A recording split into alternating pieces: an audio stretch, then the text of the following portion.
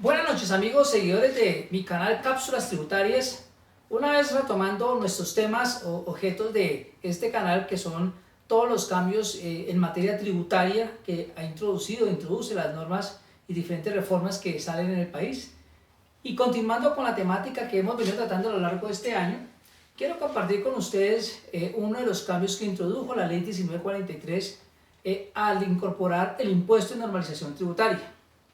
En este video 40 vamos a mirar algunos aspectos que introduce la ley en sus artículos 42 al 49 y que fue también objeto ya de reglamentación a través del decreto 874 de mayo del 2019. ¿De qué trata el impuesto de normalización tributaria que ustedes lo encuentran en las normas de la ley 1943, ley de financiamiento que incorpora?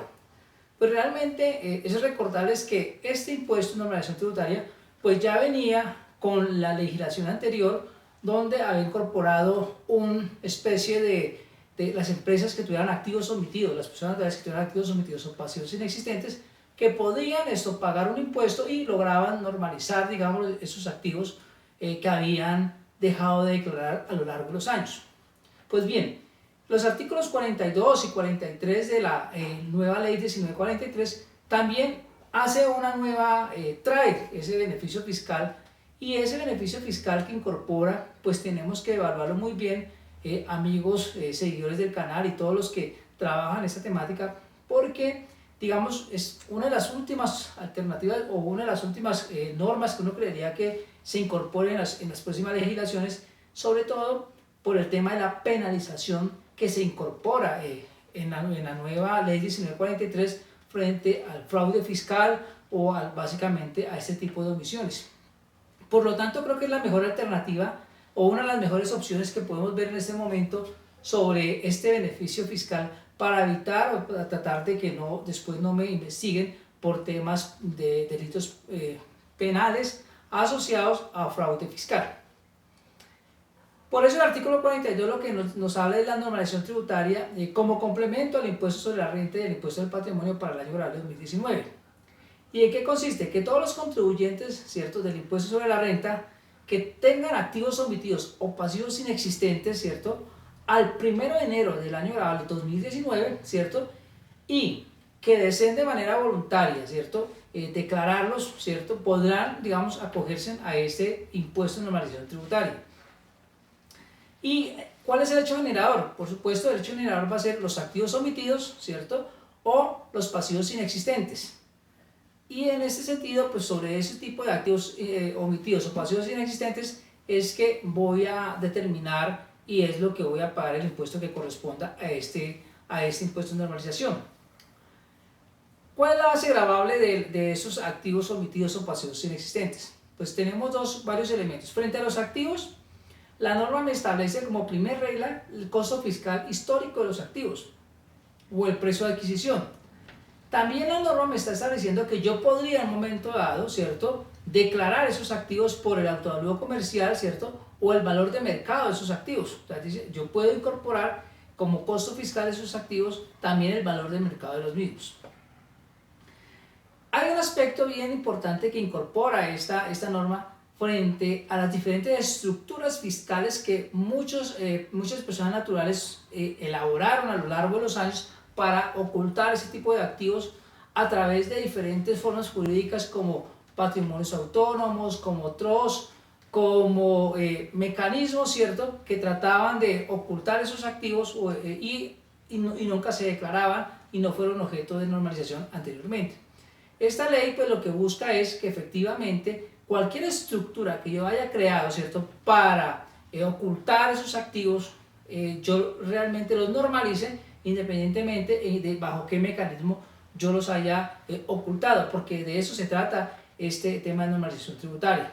De ahí la importancia que si el usufructuario de esos activos, o sea, en últimas el beneficiario real de esos activos es una persona ubicada en Colombia, pues entonces no interesa bajo qué estructura lo haya incorporado o lo tenga montada la estructura tributaria, pues lo importante es que lo declare en Colombia. Así se mantenga el activo en el exterior, pero lo importante es que el activo se declare en Colombia.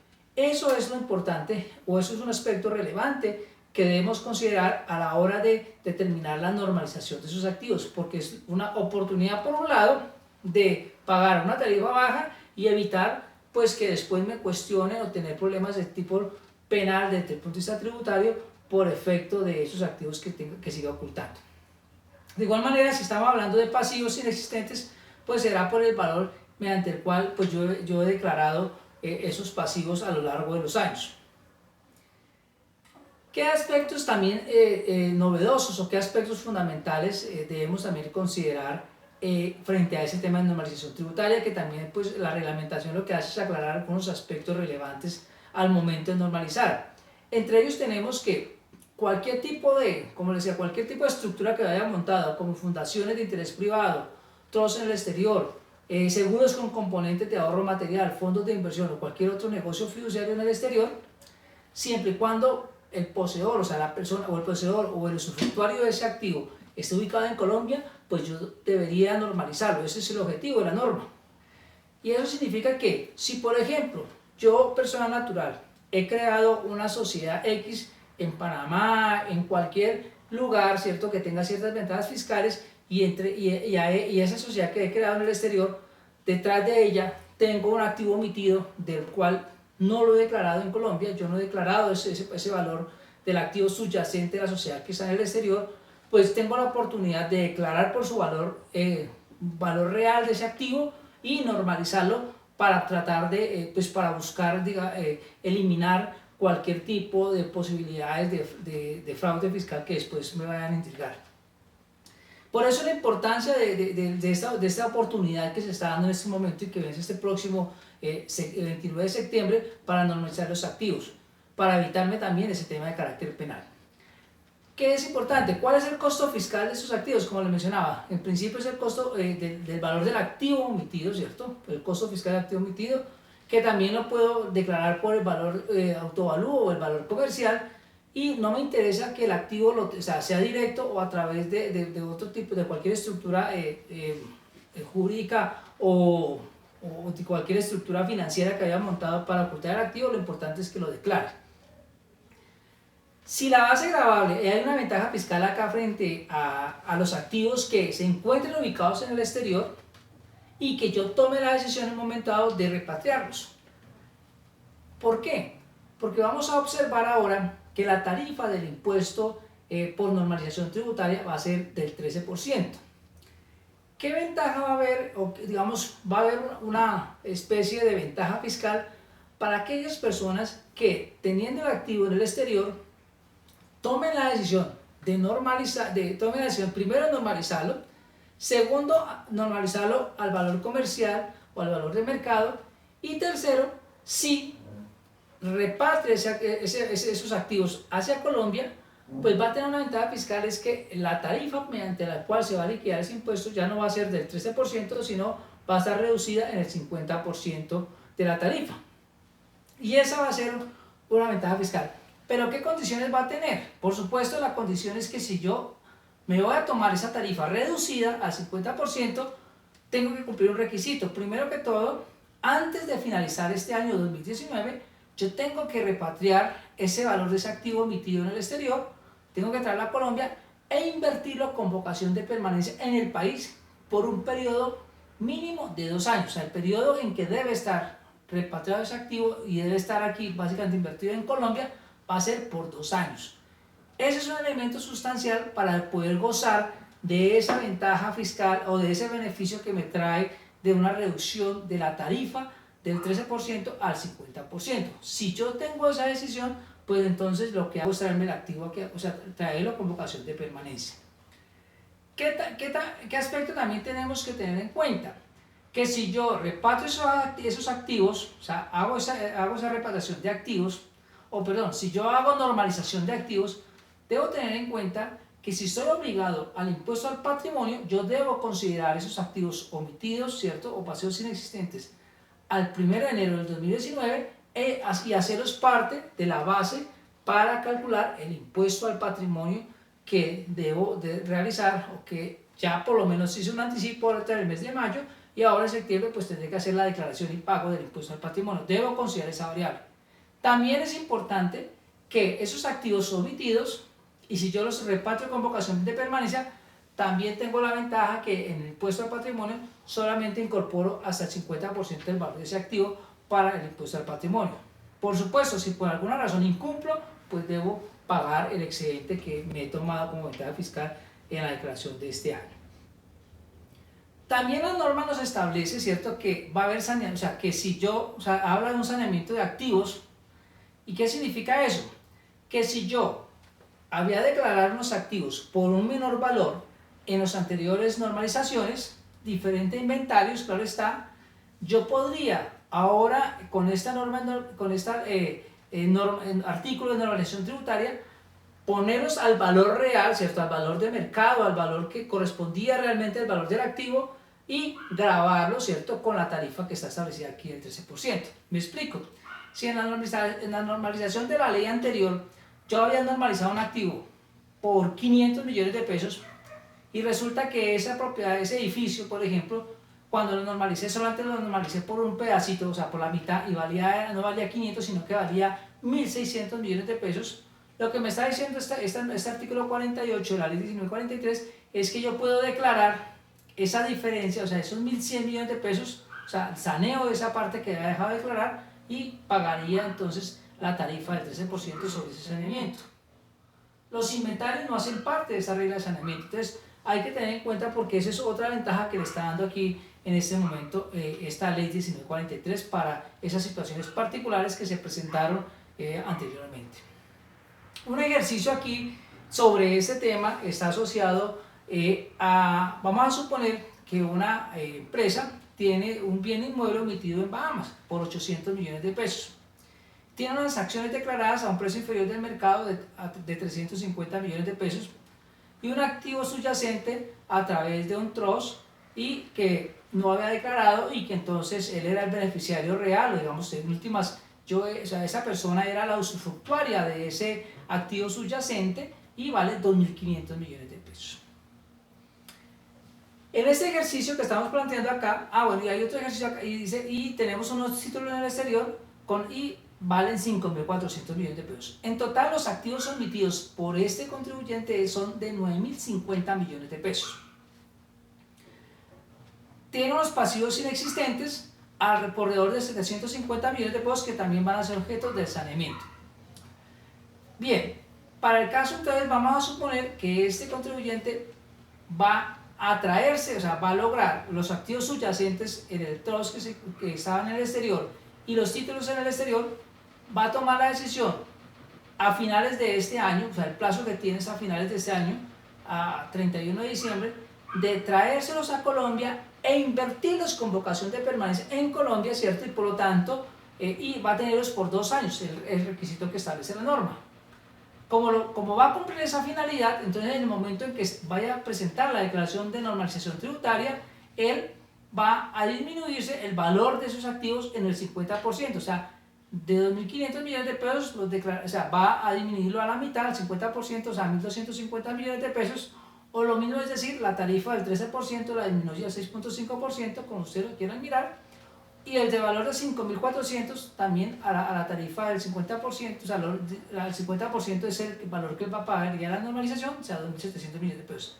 Es decir, la tarifa del 13.5 la liquidaría sobre 5.100 millones de pesos, más los pasivos inexistentes le daría una base para pagar el impuesto de normalización tributaria en 5.850 millones de pesos, eso multiplicado por el 13%, el impuesto de normalización tributaria serían 760.500.000 pesos. Entonces, creo que es una buena oportunidad para aquellas personas naturales que tengan esa serie de activos omitidos o pasivos inexistentes para lograr esto ya como formalizarse y quedar legalizados en el país. ¿Qué establece el artículo 46? Pues que no va a haber lugar a comparación patrimonial, una norma que pues ya es repetitiva con la anterior normalización, no aplica comparación patrimonial, se debe incluir en la declaración de renta del año grabable 2019, es decir, como yo estoy normalizando al 1 de enero del 2019, pues en la declaración de renta del año grabable 2019, que corresponde al corte del 1 de enero al 31 de diciembre, o sea, la que se presentaría el próximo año 2020, pues ya debo incorporar esos activos omitidos o esos pasivos inexistentes. Su inclusión no generará ningún tipo de sanción ni en renta, ni en IVA, ni en precio de transferencia, ni en exógena, y no habrá lugar a la sanción penal que establece hoy en día el Código Penal asociado a la modificación que introdujo la Ley 1943 sobre esta materia. Tampoco habrá lugar a infracción cambiaria y una vez, hago el saneamiento, la normalización tributaria, pues tendré que hacer los registros ante el Banco de la República e informar los datos que me correspondan ante esa entidad de vigilancia y control, que es lo que yo debería haber hecho. Como siempre, si esos activos son provenientes de actividades ilícitas, pues eso no va, el hacer la normalización pues no le va a sanear esos activos desde ese punto de vista por el tema del origen de los recursos. Eso hay que tenerlo bien claro. En las cosas que no estén reguladas, pues vamos a aplicar lo que dice las remisiones que nos está haciendo a los artículos 298, 298.1 y 298.2 del Estatuto Tributario para efectos de los controles o la obligación de presentar la declaración y el tema de las declaraciones. ¿Qué aspecto es importante? Acuérdense que estas personas que hagan normalización en este mes de septiembre del 2019 tendrán que cumplir la obligación de declarar y pagar. No hay lugar, la ley estableció claramente que no hay lugar a hacerle corrección a esa declaración de normalización. Yo no podría que si la presenté de una manera ir a corregirla, no puedo corregirla. Lo que establece el decreto en ese proceso es que sí, la administración tributaria, por supuesto, en la actividad de fiscalización sí podrá hacerme los requerimientos que sean pertinentes, pero el propio contribuyente no podrá no podrá presentar una declaración de corrección. Solamente la norma le va a permitir, pero tiene que pedir la autorización al área, a la seccional donde él pertenezca, que va a subsanar si él no llegó a traerse los activos con vocación de permanencia. Si incumple esa condición, sería el único momento donde él tendría que ir y pagar ese mayor valor del impuesto que dejó pagar, porque dijo que lo iba a normalizar, obviamente con los intereses correspondientes. Eso es un aspecto que se debe tener presente para evitar, digamos, cualquier situación a futuro. Como les decía, el plazo máximo para presentar y declarar la normalización es el próximo 25 de septiembre del 2019. Hasta esa fecha tiene para presentar la declaración y pagar el impuesto de normalización.